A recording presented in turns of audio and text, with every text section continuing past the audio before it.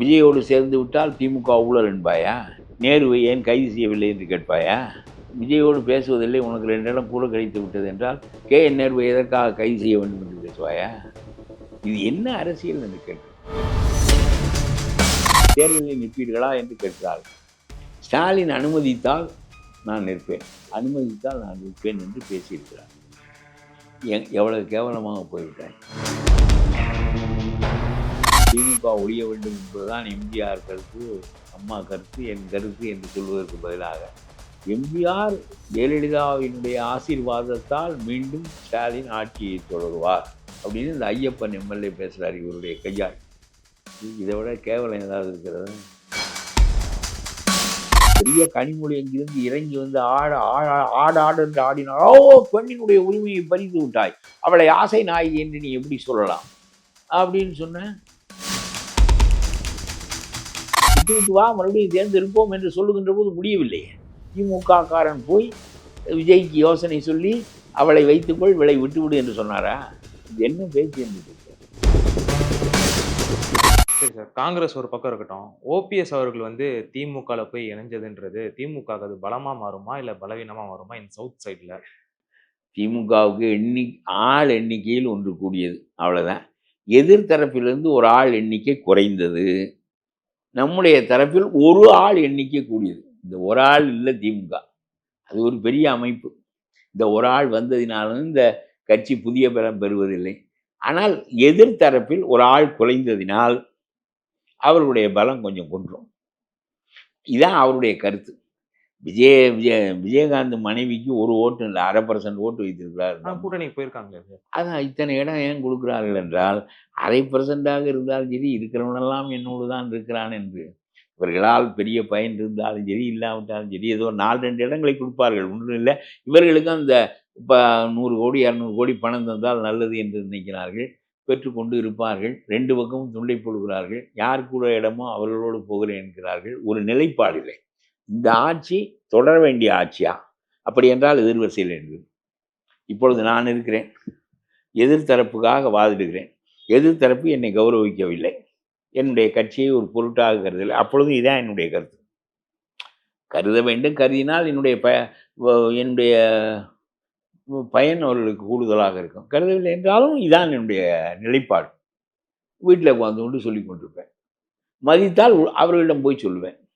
அப்படித்தான் இருக்க வேண்டுமே தவிர, நீ எனக்கு இடம் கொடுத்தால், பணம் கொடுத்தால் முன்னோடு இருக்கிறேன், இல்லை என்றால் அங்கே கூடுதலாக கொடுத்தால் அங்கே இருக்கிறேன், 2 பக்கமும் துண்டை போடுவதா? காங்கிரஸும் அதை தானே செய்கிறேன். தாவேக்காவிடம் பேசுகிறாங்க, தாவேக்காவிடம் பேசுகிறேன், அங்கேயும் பேசுகிறேன். விஜயோடு சேர்ந்து விட்டால் திமுக ஊழல் என்பாயா? நேருவை ஏன் கைது செய்யவில்லை என்று கேட்பாயா? சரி, விஜயோடு பேசுவதில்லை, உனக்கு 2 இடம் கூட கிடைத்து விட்டது என்றால் என் நேருவை எதற்காக கைது செய்ய வேண்டும் என்று பேசுவாயா? இது என்ன அரசியல் என்று கேட்கிறேன். அதனாலே தான் மக்கள் ஒரு தெளிவு பெற முடியாமல் இன்றைக்கு இருப்பதற்கும், எவனா 2000 1000 தந்தால் சரிதான் என்று கருதுவதற்கும் காரணம் அரசியல்வாதிகள் தான் அவர்களை பயிற்றுவிக்கிறார்கள். அரசியல் கட்சிகள் எதற்கு இத்தனை?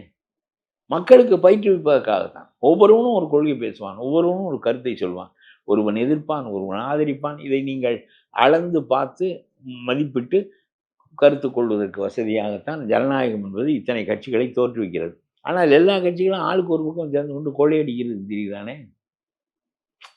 சரியில்லை. நம்முடைய அரசியல் சாசனம் சரியில்லை. நம்முடைய மாநில அரசுகளெல்லாம் கொள்ளையடிக்கின்ற கூட்டங்களாக மாறிவிட்ட பிறகு அவர்களை தண்டிக்கின்ற அதிகாரம் அவர்களிடமே இருப்பது சரியில்லை. நீதிமன்றம் சொன்னாலும் இப்படியே போய்கொண்டே இருப்பார்களே தவிர என் நேருவை நேரு மீது வழக்கு பதிந்தால் மறுநாள் கைதாவார். கைதாகி ஜாமீனில் வருவார். என்ன தூக்கிலா போட போகிறான் மறுநாளே? நடந்துகிட்டே இருக்கும். அது பாட்டுக்கு நடக்கும். ஆவண ராஜா 1.5 ஆண்டுகள் சிறையில் இருந்து விட்டு உத்தமர் காந்திக்கு அடுத்தது நான் தான் என்று சொல்லி கொண்டிருக்கிறார். இந்த கனிமொழியும் இந்த ஆவண ராஜாவும் ரொம்ப கேவலமாக போயிட்டுது. டிஆர் பாலு சேது சமுத்திர திட்டத்தை நிறைவேற்றுகிறேன் என்று சொல்லி அவர் கப்பல் அதிபராக ஆகிவிட்டார். எல்லாரும் இப்படி உலகத்தில் ஒரு மனிதன் மந்திரியானால் அவன் ஒரு கார்ப்பரேட் நிறுவனமாக மாறி விடுவான் என்றால், திமுகவில் பாருங்கள், ஸ்பைஸ் ஜெட் விமானம் வைத்திருந்தார்கள் சன் டிவி, வழக்கு நடக்கிறது. பெரிய 10 மாநிலத்தில் அவர்கள் சன் டிவி இருக்கிறது. எல்லாம் கருணாநிதி டிக்கெட் எடுக்காமல் ஏறி வந்து நடத்திய பொது வாழ்க்கையினுடைய விளைவுகள் தான் இவையெல்லாம். ரொம்ப இந்த கலாச்சாரமே மாற்ற வேண்டும். இந்த திராவிட இயக்கமே நான் திராவிடத்தினுடைய கொள்கைகள் பிழை என்பது என்னுடைய கருத்தல்ல. மொழி வழி இனம். நாம் அடிப்படையில் திராவிடர்கள். சீமான் மாதிரி உலர்கின்றவன் இல்லை நான். நாம் திராவிடர்களா? ஆமாம் திராவிடர்கள். நம்முடைய மொழி ஈன்ற மொழிகள் தானா தென்னாட்டு மொழிகளெல்லாம்? ஆமாம். நாம் ஆரியத்திற்கு நிகரான நாகரிகம் உடையவர்களா? ஆமாம். அவர்களுடைய நாகரிகம் வேத நாகரிகம், நம்முடைய நாகரிகம் சிந்து சமவெளி நாகரிகம், ரெண்டும் சேர்ந்து இந்தியாவை உருவாக்கின. ஆகவே உன்னிடம் பிஜேபி காப்பாற்றி வைத்திருப்பதோல என்னுடைய இடத்தை நாங்கள் காப்பாற்றி வைப்போம். கருத்துக்களிலே நான் ஸ்டாலின் பெரியார் கொண்ட கருத்து, அண்ணா சொன்ன கருத்துக்களினுடைய அடிப்படை கருத்து. நான் சொல்லுகிறேன், கடவுள் மறுப்பெல்லாம் இல்லை கடவுள். நாம் திராவிடர்கள், நாம் தமிழர்கள் என்கின்ற நிலைப்பாட்டை 1946 பெரியார் உண்டாக்கியது தான் பெரியார் தமிழனுக்கு செய்த மாபெரும் தொண்டு.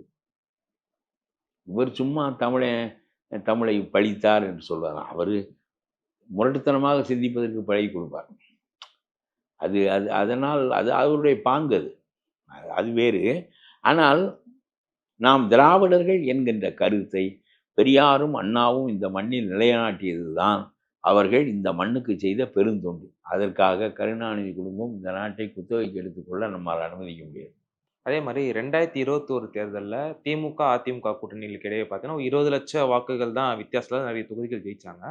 அதுக்கேற்ற மாதிரி இந்த வாட்டி டிடிவி தினகரனும் அதிமுக கூட்டணிக்கு போயிருக்காங்க. அதே சமயத்தில் அதிமுக இருந்த ஓபிஎஸ் அவர்கள் இந்த பக்கம் திமுக கூட்டணிக்கு வந்திருக்காரு. தேமுதிகவும் இந்த பக்கம் திமுக கூட்டணிக்கு நான் ஒன்று சொல்லுகிறேன்.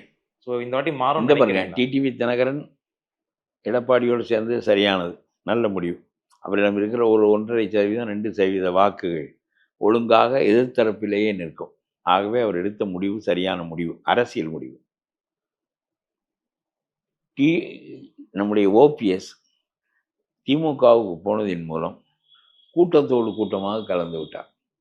அவருடைய தனித்தன்மையை அவர் இழந்து விட்டார். அவருக்கு அங்கே அங்கீகாரம் கிடைக்காதுன்றீங்க? என்ன அவருக்கான அங்கீகாரம் அங்கே கிடைக்காதுன்றீங்க? இல்லை, அவருடைய நான் சொல்லுகிறேன், எடப்பாடிக்கு சமமாக இருந்து இணை பொதுச் செயலாளராக இருந்து நீ 2 எம்எல்ஏ இடத்தை முடிவு செய்தால் நான் 2 எம்எல்ஏ இடத்தை முடிவு செய்வேன். நீனும் நானும் கையெழுத்து போட வேண்டும். நீ 2 பேருக்கு போடு, நான் 2 பேருக்கு போடுவேன் என்று சொன்ன நிலை எவ்வளவு பெரிய நிலை. அதை விட்டு அவரோடு மோதி அடித்து கொண்டு வெளியே வந்து வெறும் வழக்கை போட்டு 5 ஆண்டுகள் மண்ணிலே உளுந்து ஒன்றும் நடக்காமல் கடைசியாக போய் எதிரியோடு சேர்ந்து விட்டாய் என்றால் அங்கேயும் போய் உன்னுடைய இடம் எதிரி. நீ இங்கே இருந்தது முதலிடம், எடப்பாடிக்கு இணையாக இருந்த இடம். எடப்பாடிக்கு 2வதாக இல்லை, எடப்பாடிக்கு இணையாக இருந்த இடத்தில் நீ இருந்தாய். 3 முறை முதலமைச்சராக இருந்திருக்காய். இதை விட கூடுதல் பதவி உனக்கு என்ன வரப்போகிறது? நீ இனிமேல் கூட்டுறவுத்துறைக்கு மந்திரியாவதினால் ஆகப்போவது என்ன? இந்த ரகுபதியை போல, ஏவா வேலுவை போல, இவர்களைப் போல கூட்டுறவுத்துறைக்கு மந்திரியாகி உனக்கு என்ன ஆக போகிறது? முதலமைச்சர் பதவிக்கு மேல் முடிந்தால் நீ தலைமை அமைச்சராக போ, மத்திய அமைச்சராக போ. முடியாவிட்டால் வீட்டிலே போயிடும்.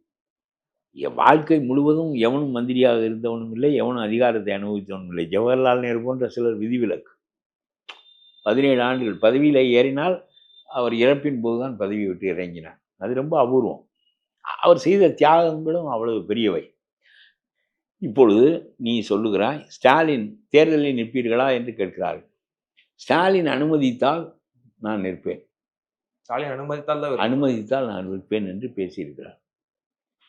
எவ்வளவு கேவலமாக போய்விட்டாய். 3 முறை முதலமைச்சராக இருந்தவர்.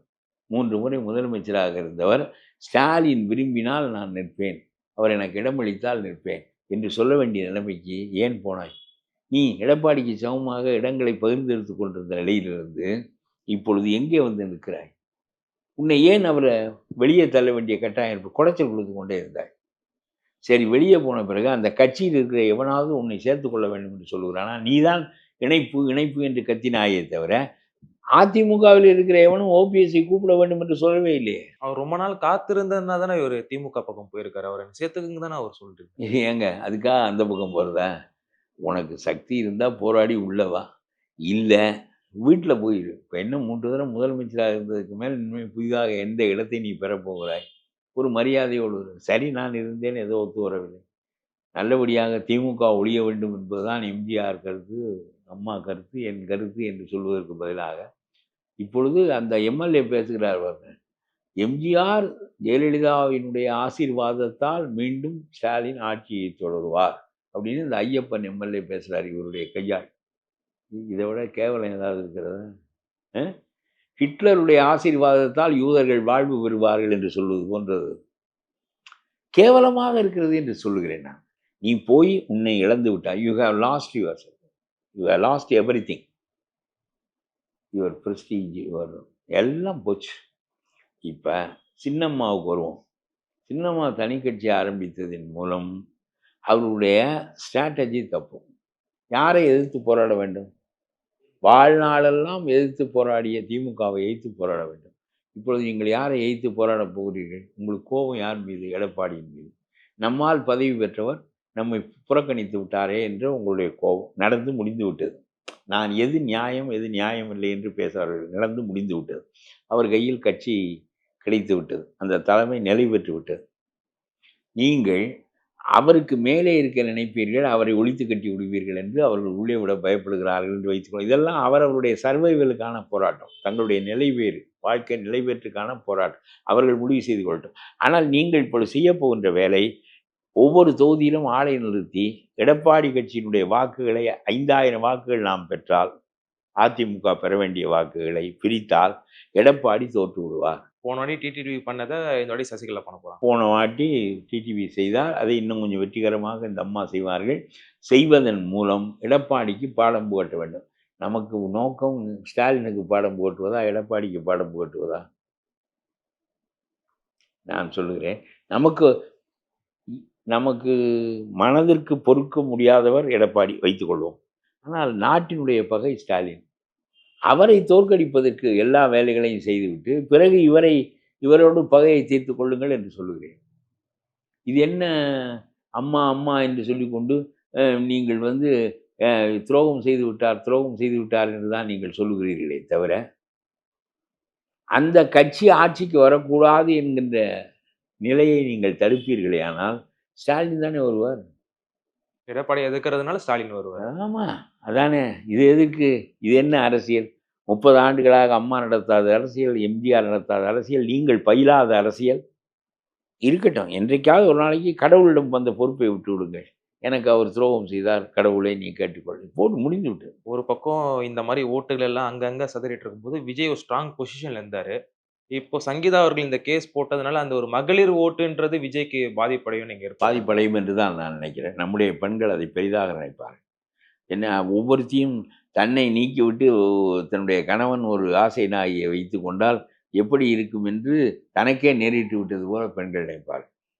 பெண்களின் பரிவு விஜயினுடைய மனைவியின் பக்கம்தான் இருக்கும். அந்த பெண் போராடி பார்த்தாள். சரி, வைத்து கொண்டு தொலைத்தாயே, அவளை விட்டு விட்டு வா என்று சொன்ன பிறகு, இது ஒரு பெருந்தன்மையான பேச்சு.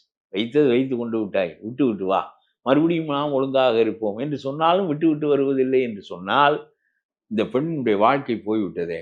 ஒரு பெண்ணுடைய வாழ்க்கையை காப்பாற்ற முடியாதவன், பெருந்தன்மையாக அவளிடம் நடந்து கொள்ள முடியாதவன் எப்படி பெண் குலத்துக்கு ஆதரவாக இருப்பான் என்கின்ற கருத்தை எதிரிகள் விதைப்பார்கள். அந்த கருத்து பெண்களுக்கு போய் சேரும், இயல்பாக சேர்ந்து விடும். ஆனால் நிறைய பேர் என்ன சொல்றாங்கன்னா, இந்த விஷயத்துல விஜய்க்கு ஆதரவாக தான் பேசுறாங்க.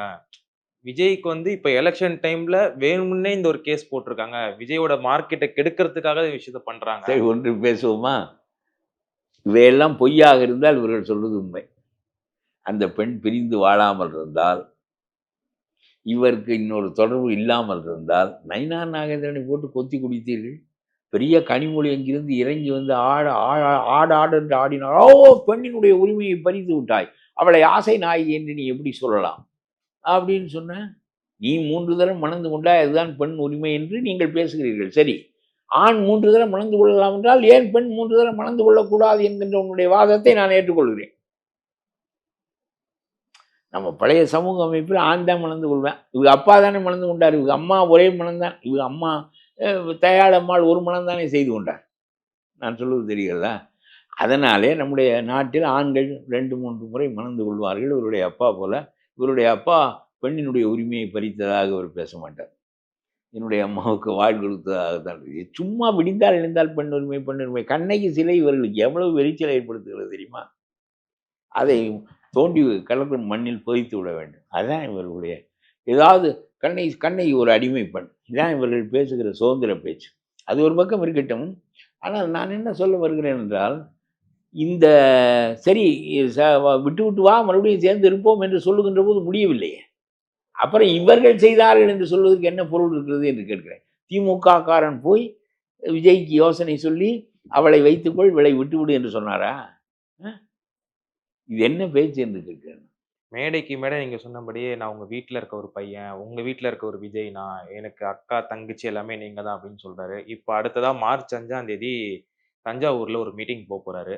ஸோ இந்த மீட்டிங்னா, இந்த எலக்ஷன் டைம்ல இந்த மாரி கேஸ்ன்னும்போது, அவர் மக்கள்கிட்ட என்ன மாரி பேசுவாரு? மக்கள் என்ன ரியாக்ட் பண்ணுவாங்க? அதெல்லாம் ஏதாவது பேசுவார்கள். அது அல்ல. ஆனால் இந்த கருத்து பெண்களிடம் போய் சேர்ந்துவிடும். பெண்கள் விஜயினுடைய மனைவிக்குத்தான் துணையாக இருப்பார்களே தவிர, இவருடைய வாழ்க்கை முறையில் பெற்றோரோடும் இவருக்கு உறவில்லை. தான் பெற்ற மக்களோடும் உறவில்லை. தன்னுடைய மனைவியோடும் உறவில்லை. என்பதெல்லாம் கொண்டு செலுத்துவார்கள். தனி மனிதன், ஆனால் கொள்கையை நிறைவேற்றுகின்ற மனிதன், அவனும் நேர்மையானவனாக இருக்க வேண்டும். கொள்கைகளை தனிப்பட்ட வாழ்க்கையில நேர்மை இல்லாத பட்சத்துல அது அரசியல்ல வேலைக்கு இல்ல, ஆகாது. தனிப்பட்ட வாழ்க்கையில் ஊழல் செய்வது என்றது தனிப்பட்ட வாழ்க்கையை செய்கின்ற செயலானாலும் பொது வாழ்க்கையை பாதிக்கும். அதனாலே தான் நேரி அவர்கள் பொது வாழ்க்கைக்கு வர வேண்டும் என்கின்ற அது காந்தி காலத்தில் மட்டும்தான் இருந்தது. 1920 அவர் பொது வாழ்க்கையில் நேர்மையை புகுத்தி விட்டார், சத்தியத்தை புகுத்தி விட்டார். அதனுடைய விளைவாக 50 ஆண்டுகள் நேரு, காமராஜர், ராஜாஜி போன்ற மனிதர்கள் நாடாண்டார்கள். அவர்கள் தான் பொது வாழ்க்கையில் இருந்தார்கள், அயோக்கியர்கள் இல்லை. அதற்கு பிறகு அவர்கள் மறைந்து விட்டார்கள் கொஞ்சம் கொஞ்சமாக. அதற்கு பிறகு இவர்களெல்லாம் வந்து விட்டார்கள். இப்பொழுது பொது வாழ்க்கை என்பது சாக்கடையாக இருக்கிறது. சுரண்டுவதற்காக பொது வாழ்க்கை. நன்றி சார். உங்க நேரத்த எங்களோட பகிர்ந்தது ரொம்ப நன்றி.